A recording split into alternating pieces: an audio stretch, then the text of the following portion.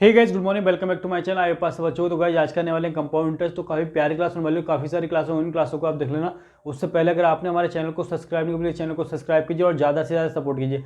फटाफट से करेंगे प्यार प्यारे क्वेश्चन, हर एग्जाम का आपको तैयारी कराऊंगा बिल्कुल ईजी में। तो क्वेश्चन फर्स्ट काफ़ी इंपॉर्टेंट है। क्या कहा गया? If a certain sum of money at रुपये कंपाउंड इंटरेस्ट अमाउंट टू रुपये 300 in 13 year in 6000 in 26 year, find principal. Principal निकालना है। देखो, कोई भी पैसा है, कोई भी धन है, ठीक है, जो 13 सालों में कितना हो गया, तो क्वेश्चन में दे रखा है कि 13 सालों में 3000 हो गया अपने आप का, ठीक है। और फिर यही धन कितने सालों में, 26 सालों में अपने आप का कितना हो गया, 6000 हो गया, ठीक है।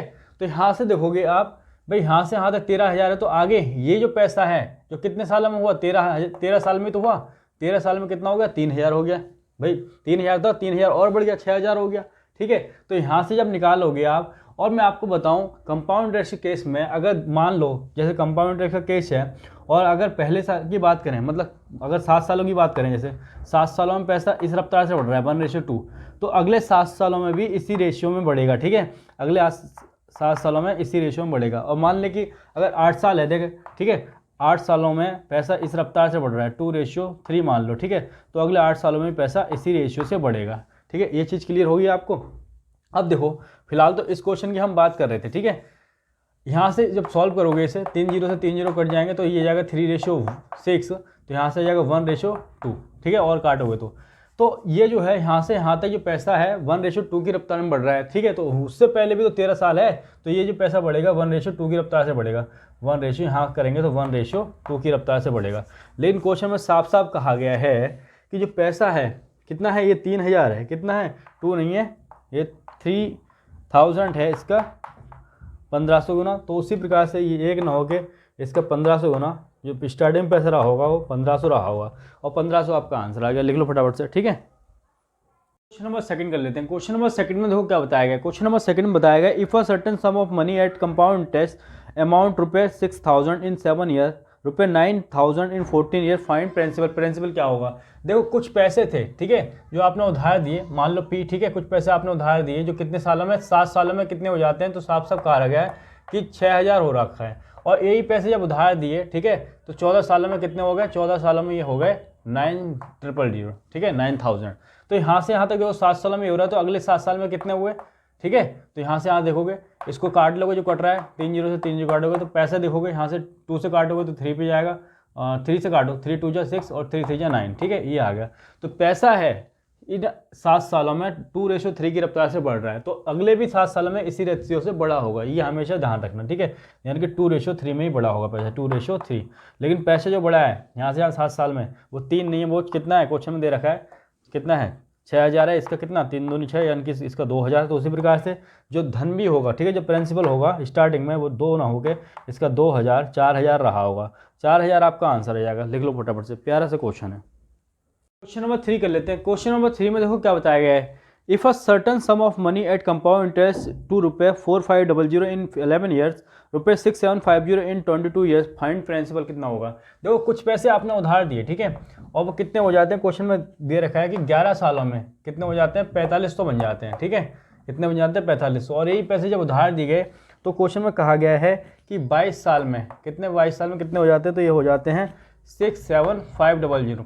तो यहाँ से यहाँ तक देखोगे तो ये भी 11 साल है, ठीक है, 11 साल में, तो यहाँ से इसको काट लोगे, ठीक है, तो ये आ गया 450/675, ठीक है।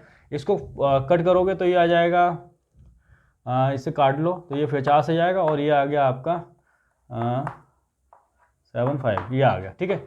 और इसको काट कर लो 25 से 2 पे जाएगा, 25 से 3 पे जाएगा, तो 2:3 में पैसे बढ़ेंगे, ठीक है।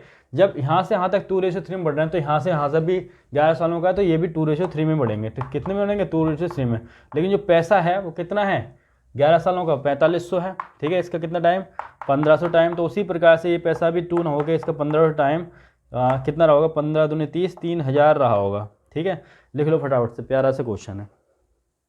क्वेश्चन नंबर 4 करेंगे। क्वेश्चन नंबर 4 में देखो क्या बताया गया, इंपॉर्टेंट क्वेश्चन है। 5000 रुपये का 4% चक्रवृद्धि ब्याज की दर से 2 वर्षों के लिए साधारण ब्याज व चक्रवृद्धि ब्याज तथा चक्रवृद्धि ब्याज एवं साधारण ब्याज का अंतर, इस तरह ही क्वेश्चन है, तो आप क्या करोगे, ठीक है।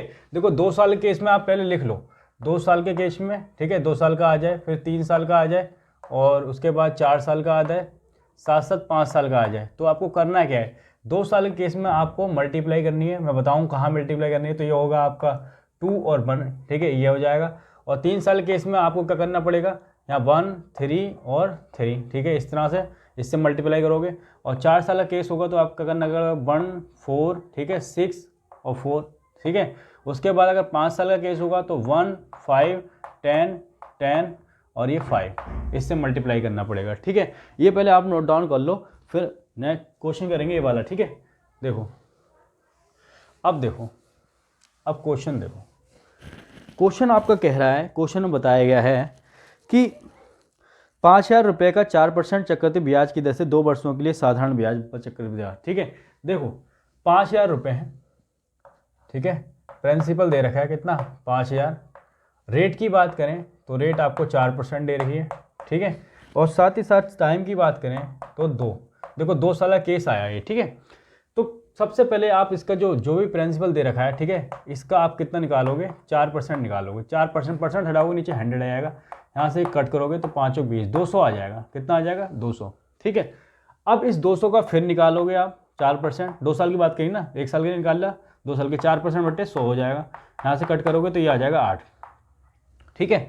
अब जो देखो 2 साल का केस था, और 2 साल के केस में हम क्या कर रहे थे 2 ईयर वाले में 1 और 2 से मल्टीप्लाई, ठीक हो। इसमें हमेशा करोगे आप 1 से मल्टीप्लाई, ठीक है, और इसमें करोगे आप 2 से मल्टीप्लाई ऊपर वाले से, तो ये तो हो जाएगा 400 और ये हो जाएगा आपका 8, ठीक है। और हमेशा आपको देखो क्वेश्चन में निकालना क्या है, आपको ये जो होता है ये CI और SI का अंतर होता है कितना 8, ठीक है। वहीं बात करें ये हमेशा आपका SI रहेगा, ठीक है, ये आ गया 400, और दोनों का जोड़ आपका होता है CI कंपाउंड इंटरेस्ट, कितना हो जाएगा 408। इस तरह से क्वेश्चन को सॉल्व करोगे, ठीक है। बहुत प्यारा क्वेश्चन है, लिख लो। नेक्स्ट क्वेश्चन पे करेंगे फटाफट से। क्वेश्चन नंबर 5 करते हैं। क्वेश्चन नंबर 5 में देखो क्या बताया गया है, कहा गया है 300 रुपये का 3% चक्रवृद्धि ब्याज की दर से 2 वर्षों के लिए साधारण ब्याज व चक्रवृद्धि ब्याज दोनों बताना है, और चक्रवृद्धि ब्याज और साधारण ब्याज का अंतर बताना है। कर लेते हैं फटाफट। देखो आपको इस बार प्रिंसिपल दे रखा है, कितना दे रखा है 300 दे रखा है, ठीक है। वहीं रेट की बात करें तो कितना दे रखा है 3% दे रखी है, और टाइम दे रखा है 2 साल, ठीक है। और 2 साल का मैंने आपको बताया है, 2 साल का केस में क्या करोगे 2 और 1 से मल्टीप्लाई करोगे, ठीक है। देख लो पहले ये 300 है, इसका निकालोगे 3% पहले साल के लिए, परसेंट हटाओगे तो नीचे 100 आएगा, तो यहाँ से मिलेगा आपको कितना मिलेगा 9 मिलेगा, ठीक है भाई। आगे आप सॉल्व करोगे, इस 9 का निकालोगे कितना 3% परसेंट नीचे 100, तो ऊपर आ जाएगा 27 अपॉन में 100 आएगा ना, तो 100 से 2 डिजिट के बाद पॉइंट लग जाएगा, 0.027 आ गया, ये आ गया, ठीक है। बस 2 सालों का निकालना था। पहले साल में 2 से मल्टीप्लाई करनी पड़ेगी, यानी कि 18 हो जाएगा, ठीक है। दूसरे साल में आपको 1 से मल्टीप्लाई करेंगे, ये 0.27 हो जाएगा। बस देखो ये ऊपर वाला हमेशा होता है आपका SI सिंपल इंटरेस्ट, कितना 18, ठीक है। और ये होता है SI CI और SI का गैप कितना आएगा 0.27। वहीं बात करें, ठीक है, कंपाउंड इंटरेस्ट की, तो कंपाउंड इंटरेस्ट दोनों का सम होता है, तो 18.27 ये आ गया आंसर, ठीक है। तो बहुत ही आसान है, फटाफट से लिख लो।